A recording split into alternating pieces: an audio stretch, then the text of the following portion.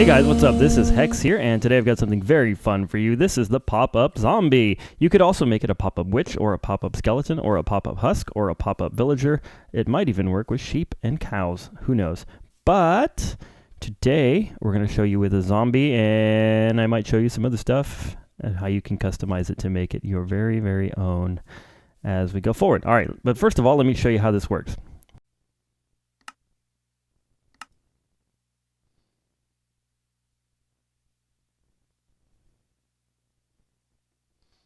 All right, first of all, I need to load it really quickly. I left all of this open so you can see the redstone, but ordinarily you'll have a little chamber in here where the zombie or zombies are able to stand. Okay, so all right, let me go ahead and show you how this works. So first of all, you've got this little button right here that says don't push the button. And what do you think people are going to do when they see don't push the button? You have to push the button, right? So let's go ahead and load this thing real quick. As you can see, sometimes the zombies fall off this block, but I'm leaving this open just so you can see it.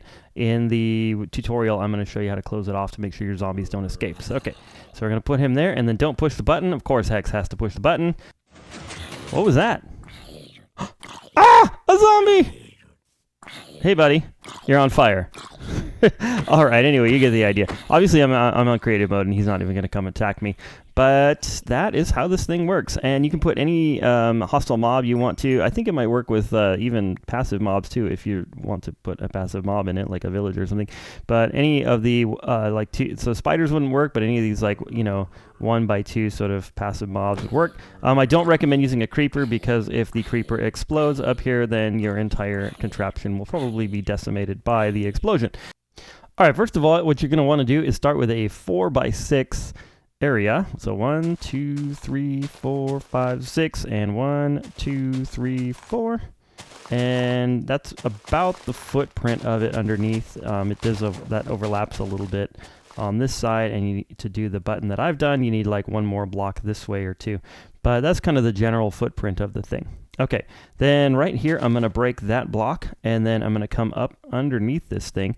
And by the way, you need, I think it's 5 blocks underneath it clear so that you can build your contraption, your redstone. Let's double check that counting. 1, 2, 3, 4, 5. Sorry, 6 if you include this piston, and then there's one more piston right there. Okay, so you need 6 blocks underneath it clear to make sure that you have enough space. All right, so then what you're going to do is right here on this block, so if that's the hole, you're going to come back 2 blocks, and you're going to place a piston there, a sticky piston, and a sticky piston there.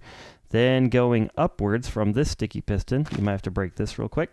You're going to put another sticky piston there, and then whatever block you're using is your surface block. So I'm just using grass, but if you need another block for your surface block, so it's a match, that's where it goes. Okay. Then on the other side over here, what you're going to do is you're going to place a block of your choice, whatever you want to put redstone on right there. And then you're going to take and you're going to place a repeater, and you have to put this thing on 3 ticks like that. Okay. Then you're going to put a block behind that block, and then one down, and then one down there like that. And then you're going to come over, see, one more block here, and like that. Okay, so you're going to have this shape right here. And then right here, you're going to put a repeater on 1 tick like that. Okay. Then redstone goes on those there. So then what happens is right here, if you press this button, or I should have a lever, but if you press this button, what's going to happen is this redstone is all going to get powered. And this one's going to take 3 ticks to power, but this one's going to be powered instantly. So when this thing does push these 2 pistons over, this piston will automatically activate and push the block up. And then when it turns off, this will unpower first, retracting this piston, allowing these 2 to then retract 3 ticks later, like that. So let me show you. It's going to happen kind of fast, so you got to kind of see it. Okay, like that. Okay. And this will work for any of these where you're just trying to open a hole in the ground, pretty much. Or yeah, so it's 3 ticks here and 1 tick there. You could also probably put redstone straight into it, but I like to use a repeater, so it's fine like that. Okay, the next thing you want to do is down here. You're going to come down, let's see, 1 block, a 2nd block, so this is temporary, and a 3rd block, and then you're going to place a block of slime like that, okay? And then you can break these 2 blocks, in fact, you have to. And then underneath that block of slime, you're going to place a sticky piston facing up, not sideways, up, like that. Okay, there we go. Very cool. And then next to that piston, you're going to place a block, whatever you want to put your redstone on. I'm using white concrete for that. And then a repeater on that on maximum ticks, on 4 ticks, like that. Okay. Then you're going to place a block right there, and then a block up like that, like that. Okay. And then you're going to place redstone right there, and then you're going to place a redstone torch right here, and that's going to actually close off the hole. You can get rid of that button. That was just to demonstrate this mechanism here. Okay, very cool. So that is actually all the mechanism that you need. Now let's work on the input. So the input for this thing has to go from a monostable circuit. So we're going to go ahead and build kind of an old school monostable circuit. So go ahead and put a block right there and a repeater right there. You can actually do that from either this side or this side right here, however you want to do this. So the monostable circuit's going to work like this. You're going to place a repeater on 4 ticks, then you're going to place a piston facing upwards. Now this can be a sticky piston if you want to use a solid block. If you want to use a gravity block, you can use a regular piston if you're trying to save on slime. Then you can use that system. So what I mean is you can do it like this, or you can go like this, okay, with a gravity block like sand or powdered concrete or gravel, okay, like that. So either way, doesn't matter. I'm going to go like this because that's the way I had it set up in the beginning. All right, I'm just going to refresh my menu. There we go. Okay, like that. Very cool. And then the next thing you're going to do, you can either come out this way with this next part, or you can come out this way with this next part. It doesn't matter. I came out this way, and then what you're going to do is you're going to place on top of that a repeater on, I believe, 2 ticks. Let me double check that repeater. Yeah, it's on 2 ticks. Okay. And then on the back of that repeater, that's going to be your input block. I'm going to make it red, if I can find a red one, just to demonstrate that this is the input block right here. Okay, so that is actually the entire thing done. If I was to put a button like on this red block right here and have an input, then the entire mechanism will work. Okay, let's go ahead and put a zombie right here. There he goes, and give her a test. Come on, stay on there for a second, would you? Why? Okay, give her a test. And up he goes, just like that. Okay, good. I was having some issues. I think I know what I was having issues with. The zombie has to be like right on this little block and can't hit his head, but we're going to fix that in just a minute. Okay, good. So that is the actual contraption done, all the redstone. So let me show you how to put an input like I had.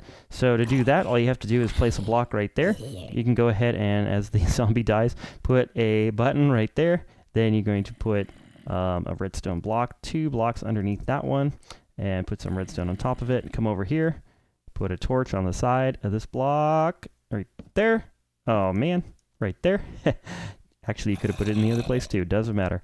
And then come down right here and then put some redstone, and then on the other side of this, put a torch and put some redstone there. Obviously, I'm building a redstone ladder going downwards. And then you don't need that button anymore because now the button's up here. So then you can press this and it should fire. There you go. Cool. Now, like I said, you could do any kind of input to this red block as long as it's some sort of redstone pulse. So you could put your button way over there and activate it yourself. You could do a lever. You could connect it up like with a door so that like the person has to push a button and then like the door opens, but then the zombie also pops up and scares them or something. All sorts of different things that you could do. Okay, so that's actually, like I said, the redstone for the entire build done. Let me show you, hey guy, let me show you how to get zombies into this thing, because I think if you're going to use this in survival mode, the hardest part is going to be to get the zombies inside. So here's what you're going to want to do. You're going to want to come underneath here, and you're going to place an immovable block there. Then you're going to place 2 underneath this piston there, and then you're going to place 2 up there. You don't need that one, although it could be there. And that is it, like that. So those are all immovable blocks, and what that does is it makes sure that the zombie is exactly in the right place that you want it to be so that he will go up without hitting his head on any of the mechanisms or anything. Okay? Very cool. If you wanted to, you could also put some blocks if you wanted to be a little bit on the safer side to make sure this thing always works. You can put a couple blocks there, and then one there, and then connect a couple there. And that way what will happen is the zombie will always be in like a tunnel thing. So if I press the button, then it will always be sort of surrounded by blocks, and so then there's no chance of him hitting his head. Okay, the next thing that you would do is you could build a water stream that comes out this way. So let's say that you had some sort of a zombie spawner that you were able to find underneath the ground. Then you could actually just run the output of that spawner, so you could like create water streams, have the zombies go into this water stream, and then into this little chamber. Or you could round them up by hand and have them fall into a pit or something, and then cover the pit, and then have the water streams run your zombies into here. But just like that. Yeah, so oopsie. It's probably best if this was an immovable block right there. Okay, so then I did 2 high walls just so the zombies can't escape, and some water there. And the water stream goes all the way in and right on top of the sticky piston. Now, who knows what they're going to do with water as far as the update aquatic. So this you might have to tweak with the water a little bit. If this becomes broken or for some reason, I don't see why this mechanic wouldn't work anymore. But anyway, moving on. Then you can put your zombies in here. Zombie, zombie, zombie. Zombie, zombie, zombie. There we go. Ooh, there's one with a helmet.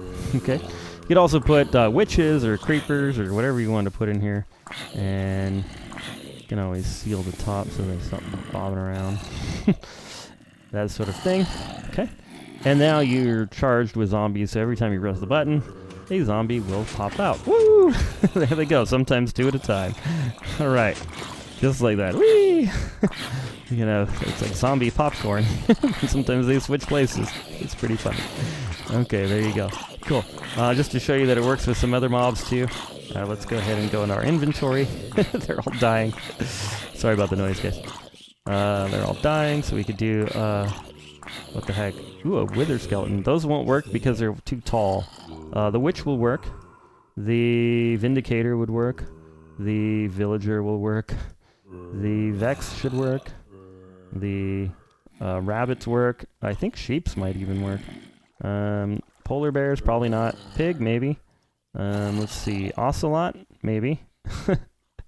A mule, a mushroom. Magma cube, definitely not. A llama, no. Husk, that's the one I'm looking for. Husks. There we go. And a cow. Chicken. I'm looking for skeleton. Where is he? Where's Mr. Skeleton? Vex, TUV. Skeleton horse. There's skeleton. There he is. Okay. So cool. So let's throw some skeletons in here first. And let's try some of these other things. What's that? Oh yeah, the husk. Husks. Husks are a little bit tall. They might have trouble getting underneath there. We'll see. A couple of pigs.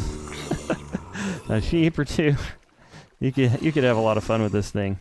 Some of these guys. Oh, those things fly away. I forgot about that. Villagers. That whatever that thing is. The witch. Okay. And then you could have some fun. Just pop them up. Boop.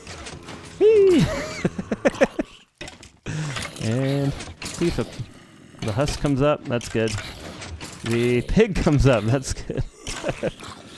Oh, pig goes back down and comes back up. Another pig. Pop-up pig. This is quite fun. And, yeah, you get the idea. I think the villagers should come up soon. Hey, move! There we go. Somebody's down in here. Oh, obviously the villager got killed. Anyways, guys, this thing is a lot of fun. I hope that you really like it. And yeah, so anyways. Well, this has been Hex. We've had a lot of fun today. I hope that you enjoyed this build. I hope you try to find a cool way to use it in your builds and in your world. But until next time, I hope you have a fantastic day, and God bless. You're going to need him, especially if you got zombies all over you.